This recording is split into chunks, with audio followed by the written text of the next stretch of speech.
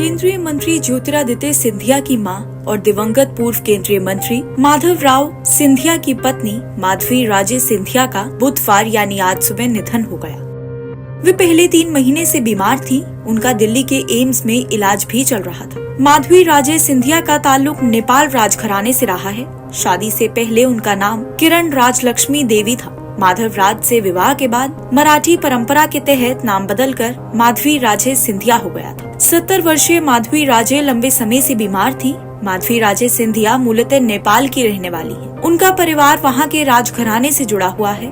उनके दादा शमशेर जंग बहादुर राणा नेपाल के पीएम रह चुके हैं। विवाह से पहले उनका नाम प्रिंसेस किरण राजलक्ष्मी देवी था। 1966 में उनका विवाह ग्वालियर के सिंधिया राज परिवार के राजकुमार माधवराव सिंधिया से हुआ। मराठी परंपरा के अनुसार शादी के बाद उनका नाम बदला गया और उनका नाम रखा गया माधवी राजे सिंधिया। पहले उन्हें महारानी कहा जाता था, लेकिन माधवराव के निधन के बाद उन्हें राजमाता कहा जाने लगा। माधवी राजे के पति पूर्व केंद्रीय मंत्री माधवराव सिंधिया का 30 सितंबर 2001 को यूपी के मैनपुरी के पास विमान हादसे में निधन हुआ था। उस समय उनकी उम्र महज 56 साल थी।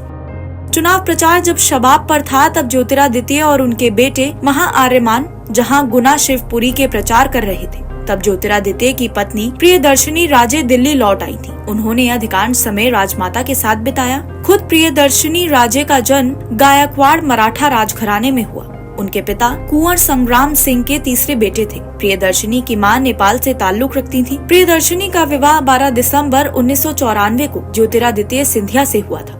माधवराव सिंधिया की मौत के बाद ज्योतिरादित्य महल के साथ साथ अपने पिता की राजनैतिक विरासत भी संभाल रहे हैं। माधवी और माधवराव का रिश्ता ग्वालियर राजघराने की राजमाता विजया राजे सिंधिया ने तय किया था। साल 1966 में माधवी राजे की शादी माधवराव सिंधिया से हुई थी। ये उस दौर की एक शादी थी जिसकी खूब चर्चा हुई थी। जानकारी के अनुसार ये शादी दिल्ली में हुई थी। ग्वालियर के लोग बारात में शामिल हों, इसके लिए एक स्पेशल ट्रेन भी चलवाई गई थी, जिसमें देश विदेश के मेहमान शामिल हुए थे। माधवराव सिंधिया के निधन के बाद माधवी राजे के राजनीति में आने के कयास भी लगते रहे। माना जा रहा था कि वे साल 2004 के लोकसभा चुनाव में ग्वालियर चुनावी मैदान में उतर सकती हैं, लेकिन माधवी राजे ने खुद को राजनीति से दूर ही रखा। अपने पति माधवराव सिंधिया की राजनीतिक विरासत बेटे ज्योतिरादित्य सिंधिया के लिए छोड़ दी। मार्च 2020 में सिंधिया के भाजपा में जाने की अटकलें लग रही थी, तब वे कांग्रेस में पिता की विरासत छोड़कर जाने में संकोच कर रहे थे। इस दौरान माधवी राजे ने मार्गदर्शक बनकर सिंधिया को राह दिखाई थी।